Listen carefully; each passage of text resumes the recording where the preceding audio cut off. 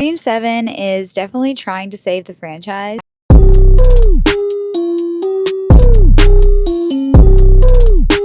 I convinced my husband to watch scary movies with me by telling him they're thrillers. Today we are talking about a thriller. We're talking about the newest Scream, Scream 7.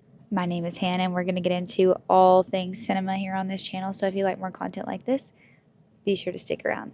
I didn't love this movie. I didn't hate this movie. I liked it. I like all of the Screams. The only Scream that I love is the first one because it was like new to the slasher series. What really also made me want to watch this movie is the audience score is really good. It's like 75, but the critics was 30, which is low. So it could go either way. I think another reason a lot of people were surprised is because they thought Stu was going to be alive. Come on, guys. And even if that was the twist, I don't think they would have given it away in the trailer. It's your fault if you're disappointed by that. If you were in the 90s and you saw one of those TVs and it fell on you, you're for sure dead. I was definitely entertained by this movie and I watched it all the way through. It's something I would watch again in the background. I'm probably going to watch all of the Screams just because it's a cult classic. Was this the worst one? Probably, but I'm still going to watch it. It's like a car crash. Can't look away. I love that this movie revolved around Sydney because the last two movies were revolving around Jenna Ortega and her sister. I feel like you could have just watched the trailer and you've watched the movie. All right, let's get into the overview and spoilers ahead. I feel like the Unalivers were definitely mid, but spoilers ahead. You've been warned. All of the Screams follow the same script. All trying to kill Sidney Prescott. We're getting a lot of new characters. Most of them are going to die. The killer dies. We know how this ends. So I don't know what people are expecting with the 7th movie. If I was Sydney, I probably would have already gotten out of there. The movie opens with this couple staying at an Airbnb of the house where everyone was murdered in the first movie. And it is set up like it is today. How if you visited it today, it's like all themed. From the second this started, I'm like, they're going to Drew Barrymore-us. Like the first movie where they advertise a lot of Drew Barrymore and then she dies in the first 5 seconds. And that's what I'm thinking.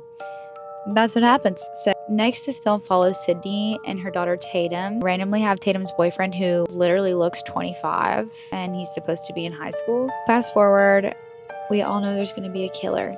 And so this killer is making you think that it is Stu and that he just never died. But literally my first thought was AI, that somebody's AIing his face over, and it was. Spoiler. So my first initial thought was for killers. I was thinking boyfriend, always. Husband, maybe? Maybe he was like planning this from the beginning of their relationship. Or horror fan. Those were my first guesses. This movie moves pretty fast. Like we're barely in and people are dying. Gail shows up. Love it. Runs over Ghostface and we find out he's someone from a psych ward. That unmasking was surprisingly unpredictable. I was like, what is going on? And then we see the crowd and we think, ooh, the killer's in this crowd for sure. And of course it's showing boyfriend, it's showing horror guy, everybody's out there. And obviously your first thought is there's multiple killers. There always is. So we're thinking Stu is sending them videos. And from the beginning, I'm like, this is AI. It has to be because he died. Something strange. Stu says, quote, so I don't care. I feel like that sounds like a woman. I think we're working with a woman, which was like very off from my initial 3 thoughts. They go to the psych ward where Stu allegedly was, and the worker is saying how there was a guy there in the 90s that was talking to him. Immediately, I'm like, this guy's an implant. This guy was put here. And then the husband dies. And my jaw's on the floor. I'm like, how could they actually let this happen? But then something strange happened. I thought that it could be the creepy guy's mom. I was like, okay, when I thought, oh, it's probably a girl. Well, who would it be? Her. But then her son dies. And he doesn't just die. They put his head on a stick. Oh, okay, it's definitely not her. So I'm like, who is left? Again, this is an insanely gory movie. It's more gory than I'm used to. The boyfriend shows up out of nowhere and you're thinking, okay, did Ghostface just change really quickly?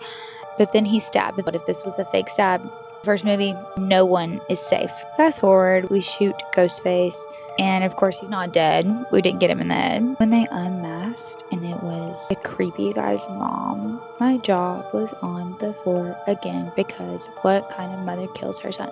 Actually. But the second I saw her in the coffee shop in the beginning of the movie, I was like, this girl has played some creepy roles lately. She was in You, the show, and she was the twin sister. I don't know if you remember. I'll insert a photo of her here. Interesting noting that. All in all, of course, Sydney lives. The dad actually lived, I believe.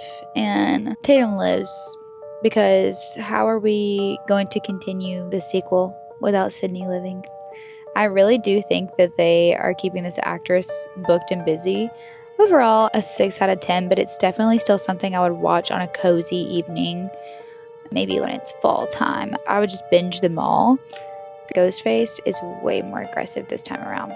It feels less like a game and more like straight up survival. But not everything this movie landed.